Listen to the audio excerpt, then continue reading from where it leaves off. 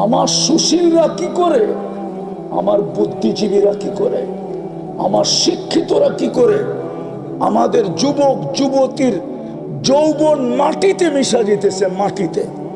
আমার সমাজের সুশীলরা কি করে, আমার সমাজের শিক্ষিতরা কি করে, আমার সমাজের বুদ্ধিজীবীরা কোথায়, আমার সমাজের ডাক্তাররা কোথায়?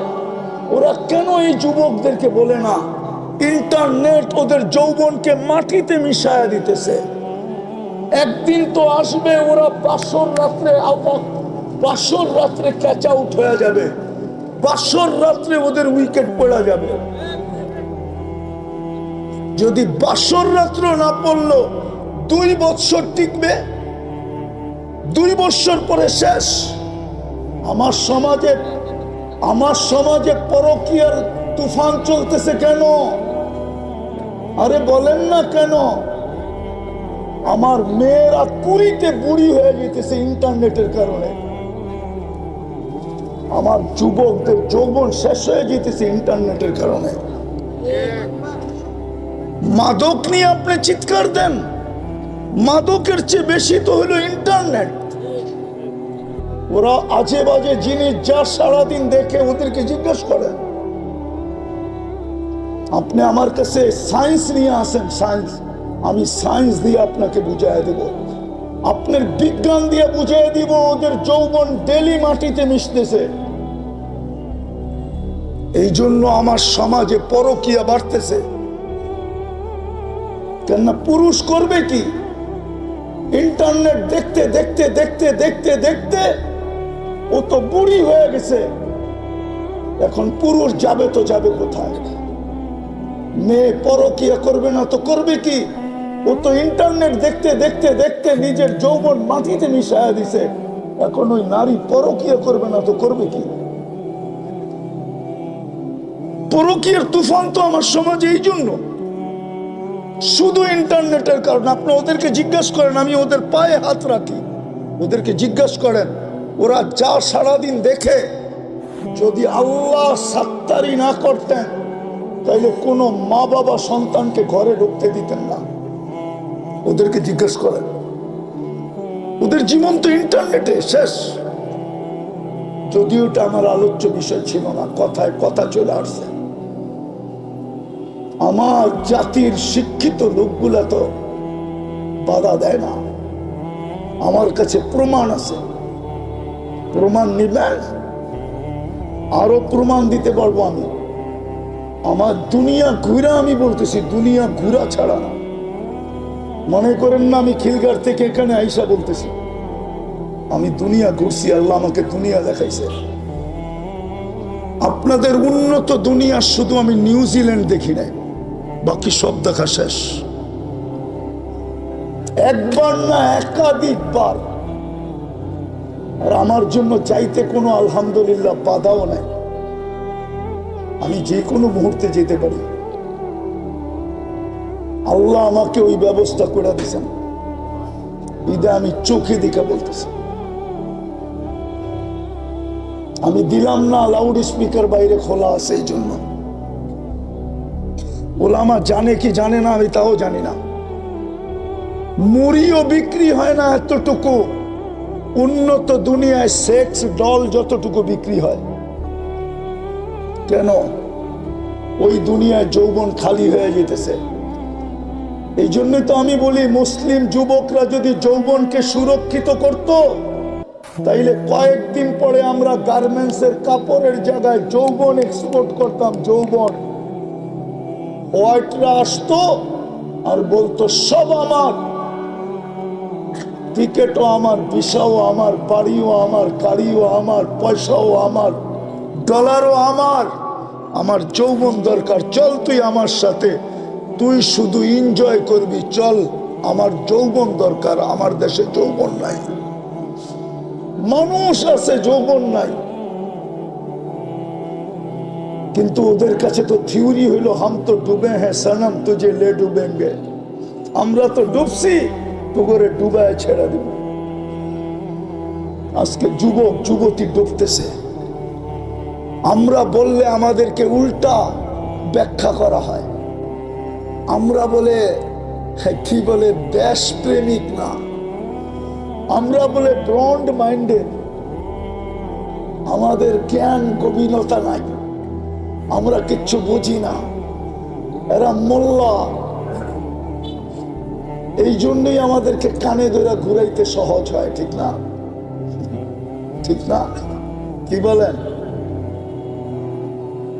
তো যেটা বুঝাইতেছিলাম 2 নম্বর প্রমাণ ছিল যে আল্লাহ নিজের কালাম দিলেন, রসুল দিলেন, কালাম দিলেন, কিন্তু কালামকে তো ছুঁয়েও দেখি না, চুমা দিয়েও দেখি না, বুকে লাগায়ও দেখি না, বুকে লাগায়ও দেখি না। আরো শ্রেষ্ঠত্বের প্রমাণ দেওয়া যায়। ওলামাদের কাছে আমার প্রশ্ন, কোন উম্মতকে আল্লাহ এইভাবে মসজিদ বানাইতে দিছিলেন যেইভাবে আজকে আমরা মসজিদ বানাই? জুইলাত লিয়াল আরদু মসজিদা, কোন উম্মতের জন্য ঘোষণা ছিল কিনা? কোন উম্মত এইভাবে যেখানে খুশি সেখানে মসজিদ বানাইতে পারত কিনা? পারত না। এটাও আমাদের শ্রেষ্ঠত্বের প্রমাণ যে আল্লাহ পুরো জমিনকে আমাদের জন্য মসজিদ বানায় দিয়েছে। সেজদা করতে দেরি, আমি তুলে নিতে দেরি করব না, কিন্তু আমি শেষ জায়গায় চলে আসছি। প্রশ্ন আপনাদের কাছে, বিবেকের কাছে, সৃষ্টির ভিতরে আমাকে মানুষ হিসাবে শ্রেষ্ঠত্ব দিলেন, বলেন আপনার আমার ভিতরে মানবতা কতটুকু? আল্লাহ তো মানুষকে মূল্যায়ন করবেন, জানোয়ারকে তো করবেন না। আপনি বলবেন আমি তো মানুষ হিসাবেই মরবো, কিন্তু কোরআন তো বলে না। কোরআন তো বলে মানুষ হিসাবে জন্ম নিলেই মানুষ হয় না। যদি হইতো তাহলে হাতের বানানোটাকে কেন আল্লাহ জানোয়ার বলতেন? মানুষকে তো হাত দিয়ে তৈরি করছেন। সমগ্র সৃষ্টিকে তো আল্লাহ তৈরি করছেন 2 অক্ষর দিয়া, মানুষকে তো তৈরি করছেন কুদরতি হাত দিয়া। সমগ্র সৃষ্টিকে তো তৈরি কমপ্লিট করছেন 6 দিনে, আপনাকে আমাকে তো কমপ্লিট করলেন 10 মাসে। আপনাকে কেন জানোয়ার বলবে? আরো 2-4টা দেখাবো। সৃষ্টির ভিতরে সবচেয়ে সৌন্দর্য দিল আপনাকে, পুরা ভান্ডারটা যেন সৌন্দর্যে লাগায় দিল আপনার উপরে, ওটাকে জানোয়ার বলবেন কেন? 4 কসম খায়া ঘোষণা দিলেন সৃষ্টির ভিতরে সবচেয়ে সুন্দর গঠন তোর। 3 ওয়াসাইতুন ওয়া তুরে সিনিন ওয়া হাদাল বালাদিল আমিন। 4 কসম খাওয়ার পরে বললেন সবচেয়ে সুন্দর গঠন তোর। ওই গঠনের জিনিসটাকে কেন আল্লাহ জানোয়ার বলবেন? জানোয়ার। আরেকটা বলবো, সাজাইতে সাজাইতে, যার শব্দটা যদিও আল্লাহর জন্য শোভনীয় না, কিন্তু আমি বুঝানোর জন্য বলতেছি, সাজাইতে সাজাইতে সাজাইতে সাজাইতে ঘোষণা দিলেন ইন্নী লাকা মুহিব্বা, আই লাভ ইউ। যে মানুষের প্রেমে পড়ে গেলেন, ভালোবাসায় পড়ে গেলেন, ওই মানুষটাকে জানোয়ার বলবেন কেন? বুঝা গেল মানুষ মানুষ হইলেই মানুষ হয় না। বিদায় আপনি আর আমি যে সৃষ্টির সেরা হইলাম, মানুষ রূপে মানবতা কতটুকু? আপনি বলবেন মানবতা শিখবো কোথায়? তাইলে আপনারা কেন বলেন মানবতার দূত কে? হুজুররা বলো কে? আরে বলেন না, ছাত্ররা বলো না। মানবতার দূত তো হলো মুহাম্মাদুর রাসূলুল্লাহ। আপনার ভিতরে মানবতা কতটুকু? মানবতা যদি হইতো তাহলে আমার সমাজের এই চিত্র হয় কি করে, যেটা স্টেজে বলাও যায় না, চিত্র তুলে ধরাও যায় না, হইতে পারে তুলা ধরতে গেলে আমার গাড়ি এখান থেকে বাহিরও হবে না, হইতে পারে আমি উত্তরা ক্রসও করতে পারবো না। আমার সমাজের চিত্র এরকম কেন হবে যদি মানবতা থাকে? মানবতা থাকলে তো এরকম ছিল চিত্র। যুদ্ধের ময়দানে জীবনটা বাহির হইতেছে পিপাসায়, আপন ভাই পানি নিয়ে ছুটে গেছে, পাশের থেকে একজন ডাক দিছে পানি, বলছে ভাই ও পিপাসিত বেশি, ওর কাছে জানা। ওইখানে যাওয়ার পরে আরেক জায়গা থেকে আওয়াজ আসছে পানি, তো দ্বিতীয় বলছে ও আমার চেয়ে বেশি পিপাসিত, ওইখানে যান না। তো ওইখানে যায় দেখে দুনিয়ায় নাই। দ্বিতীয় জনের কাছে আইসা দেখে দুনিয়ায় নাই, আপন বাড়ির কাছে আইসা দেখে ও নাই। এটার নাম তো ছিল মানবতা, এটার নাম তো মানবতা ছিল না। যে 1000 টাকার শাক নিয়ে রাস্তার পাশে বসতে বেচতে হয়তো 1500 টাকা বেচবে, 500 টাকা মিলবে, 2 কেজি চাউল কিনবে, একটু শাক কিনবে, একটু ডাল কিনবে, ওর কাছ থেকে আইসা তো হাত পাতা উচিত ছিল না যে দেরি আছে। এটা কি মানবতা? তুমি মানুষ, এটার নাম তো মানবতা ছিল।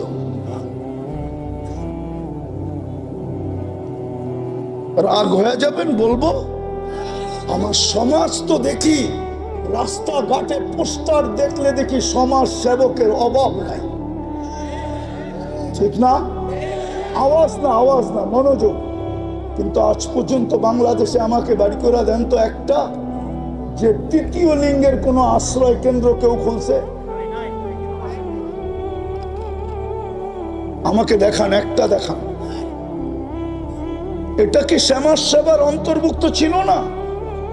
যে তৃতীয় লিঙ্গের মানুষগুলা রাস্তায় রাস্তায় ঘুরবে আর মানুষকে বিরক্ত করবে আর হাত পাতবে আর বাসা বাড়িতে উঠে চিল্লা চিল্লি করবে, আর যুবকরা ওদেরকে নিয়ে মজা নিবে। যুবকরা তো ওদেরকে নিয়ে মজা নেয়। রাতের অন্ধকারে তো একদল মানুষ ওদেরকে নিয়ে মজা নেয়।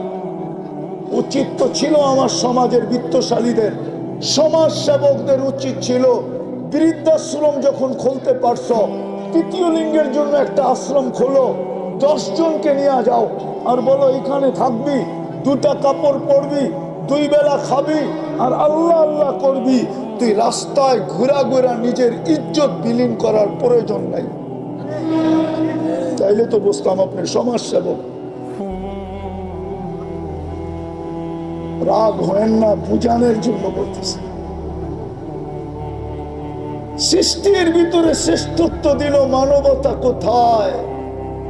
আল্লাহ তো দাম দিবে মানুষকে।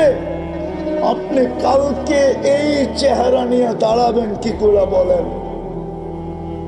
ওইখানে কোন কার্ড চলবে বলেন? শেষ উম্মতে মুহাম্মদী বানাইলেন, উম্মতে মুহাম্মদী বানাইলেন, কিন্তু প্রমাণ দিলেন তোর চেয়ে বেশি ভালোবাসা। আগে বললাম না, 1 হাদিসই যথেষ্ট, কিন্তু বলেন ওই রসুলের রঙে রঙিন কতটুকু। কবরে যে প্রথম প্রশ্ন হবে, বলো এই ব্যক্তিকে চিনো কিনা, ও আমার জাতি, কি জবাব দিবেন বলেন? দুনিয়াই শেষ। কোরআন তো আফসোস করে বলতেছে আরাদিতুম বিল হায়াতিদ দুনিয়া, এই মাটি নিয়ে তোরা খুশি হয়ে গেলি, আর উত্তরার বাড়িঘর নিয়ে খুশি হয়ে গেলি, আর আজমপুরের ফ্ল্যাট নিয়ে খুশি হয়ে গেলি। আমি তো তোদের ঠিকানা নিজ কুদরতি হাতে বানাইছিলাম। এই উম্মতের জান্নাত তো আল্লাহ নিজের কুদরতি হাতে বানাইছেন। কোরআন বলে ইয়াগফির লাকুম যুনুবাকুম ওয়া ইউদখিলকুম ফি জান্নাতিন তাজরি মিন তাহতিহাল আনহার ওয়া মাসাকিন তাইয়্যিবাতান ফি জান্নাতি আদন। জান্নাতে আদম তো আল্লাহ কুদরতি হাত দিয়ে বানাইছেন। জান্নাতে আদম তো এই উম্মতকে দেওয়ার জন্য আল্লাহ অঙ্গীকার করতেছেন। বিদায় আমাদের দুরবস্থা হবে না তো কার হবে? মাত্র তো হলুদ কার্ড, 21 তারিখ থেকে হলুদ কার্ড শুরু হয়েছে। শুক্রবার প্রথম হলুদ কার্ড, শনি রবি সোম মঙ্গল বুধ 3 দিন গ্যাপ ছিল, পরে আবার বৃহস্পতিবারে হলুদ কার্ড, আবার 6 দিন গ্যাপ ছিল, গত বৃহস্পতিবারও হলুদ কার্ড, কালকেও বৃহস্পতিবার আসতেছে। আসেন তওবা করি, নাইলে হইতে পারে লাল কার্ড দেখায় দিবে, লাল কার্ড। আপনি বলবেন আল্লাহর কি আমাদের প্রয়োজন নাই? নো, আপনার আমার প্রয়োজন আল্লাহর নাই। আপনি যদি ব্র্যান্ড চেঞ্জ করতে পারেন, ফার্নিচার চেঞ্জ করতে পারেন, এমনকি পশ্চিমা কালচার আইনা আপনি যদি হয় হয় ডব্লিউ চেঞ্জ করতে পারেন, মাঝে মাঝেই ডব্লিউ বোঝেন না মনে হয়, চেঞ্জ করতে পারেন, তো আল্লাহ কি উম্মত চেঞ্জ করতে পারে না? উলামা তো বলবে 600 কোটি কাফের, আমিও বলি কাফের, কিন্তু আমি বলি এটা রিজার্ভে রাখা আছে। যেমন বাংলাদেশের সার্কুলেশন দেওয়া সৈনিকের সংখ্যা সবাই জানে, কিন্তু রিজার্ভে কত রাখা আছে এটা কেউ জানে না। কেননা রানিং সৈনিকের থেকে রিজার্ভের সৈনিক বেশি থাকে, এটা সব দেশের নিয়ম। আল্লাহ 600 কোটি রিজার্ভে রাখছে, আর বইলা দিছে ইয়াস্তাবদিল কওমান গায়রাকুম, তোমাদেরকে লাল কার্ড দেখায়া চেঞ্জ করে দিব, আর ওদেরকে আইনা তোমাদের জায়গায় বসায় দিব। ফালা ইয়াকুনু আমসালাকুম, তোমাদের মতো নিমক হারাম হবে না, তোমাদের মতো অকৃতজ্ঞ হবে না, তোমাদের মতো কপাল পোড়া হবে না, তোমাদের মতো হতভাগা হবে না, তোমাদের মতো নিকৃষ্ট হবে না। বিদায় আপনি মুহাম্মদুর রাসূলুল্লাহ রঙে কতটুকু রঙিন। এই জন্যই তো দুরবস্থা। চলেন আল্লাহর কাছে তওবা করি। এই উম্মতকে আল্লাহ সুযোগ দিছেন, অপেক্ষা করবেন হাত্তা ইউগারগির, কণ্ঠনালীতে রূহ আসার পূর্ব মুহূর্ত পর্যন্ত। সারা দিন অপেক্ষা করেন যে দিনের সূর্যের আলো দেখতে পাইল, সারা রাত্র অপেক্ষা করেন সে যে সূর্য ডুবা দেখতে পারল। রাজি? তওবা করতে রাজি? রাজি? কে কে রাজি? তাইলে বলেন আল্লাহ অতীত থেকে তওবা করলাম। বলেন বলেন বলেন বলেন বলেন। নামান আসেন, কমসে কম আসেন। ওলামাদের ছত্র ছায়া আইসা, ওলামাদের দিক নির্দেশনায়, ওলামা আপনাদেরকে কঠিন করবে না, সহজ করবে। আমি তো এই জন্য বলি, আমার জাতি যদি একটা কাজই করত তাইলেও তো মনকে বুঝাইতে পারতাম। যখনই ঘুমাইতে যায় তখনই যদি আমার জাতি আল্লাহর কাছে মাপ চায় ঘুমাইতো, যখনই ঘুমাইতে যায়। কেন হইতে পারে ঘুমাবে আর কোনোদিন উঠবে না, সুযোগ হাতের থেকে চলে যাবে, তওবা করার আর সুযোগ হবে না, মাপ চাওয়ার আর সুযোগ হবে না। বিদায় আমি তো যুবকদের পায়ে হাত দিয়া বলি, যুবক সারাদিন কি করলা আমার বিষয় না, আমার বিষয় হলো তুমি যখন ঘুমাইতে গেলা আল্লাহর কাছে মাপ চায় ঘুমাইলা কিনা। একটা কাজই যদি করত, দ্বিতীয় আরেকটা কাজই যদি আমার জাতি করত, আজান দিতে দেরি, ছুটা মসজিদে যেতে যদি দেরি না করত। কে ডাকতেছে? কে? আরে কে ডাকতেছে? আরে কে ডাকতেছে? আল্লাহ ডাকতেছে। আমি আপনি করে বলবো না, আমার জাতিকেই বলবো। মুরব্বীরা ডাকতে দেরি, বাংলাদেশের কোনার থেকে ছুটে আসতে দেরি করে না, ঠিক না? রাগ হয়ে গেলেন? অথচ ঘরের পাশের থেকে দাঁড়ায় আল্লাহ ডাকে। মসজিদ বিলকুল ঘরের পাশে, এখানে আল্লাহ ডাকে, 2 কদম দেওয়া যায় না। অথচ মুরব্বীদের ডাকে বাংলাদেশের কোনার থেকে ছুটে আসে। তুই ছুটে আজ কোথায়? মুরব্বীরা ডাকছে। কে ডাকছে? বড়রা ডাকছে। মুরব্বীরা ডাকছে, ও মুরব্বীর ডাকে টেকনাফ থেকে ছুটতেছে, তেতুলিয়ার থেকে ছুটতেছে, অথচ আল্লাহ ডাকে ওর ঘরের পাশে মসজিদ ছুটে দেয়। খোদার কসম দ্বিতীয়ত করে, নাইলে হইতে পারে লাল কার্ড এই উম্মতকে দেখায় দিবে। ওটারই নমুনা দেখা যাইতেছে, একটার পরে একটা দেশ মাটির সাথে মিশতেছে। আফগানিস্তানের পরে ইরাক, ইরাকের পরে লিবিয়া, লিবিয়ার পরে সিরিয়া, সিরিয়ার পরে এখন ফিলিস্তিন।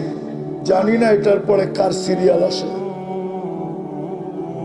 আল্লাহর পক্ষ থেকেই আসতেছে।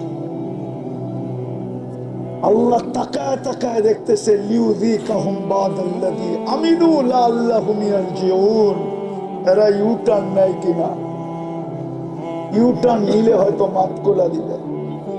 পড়বেন নামাজ আজকের থেকে পাক্কা? আল্লাহ আমাদেরকে আমল করার তৌফিক দান করেন। ওমা আলাইহি।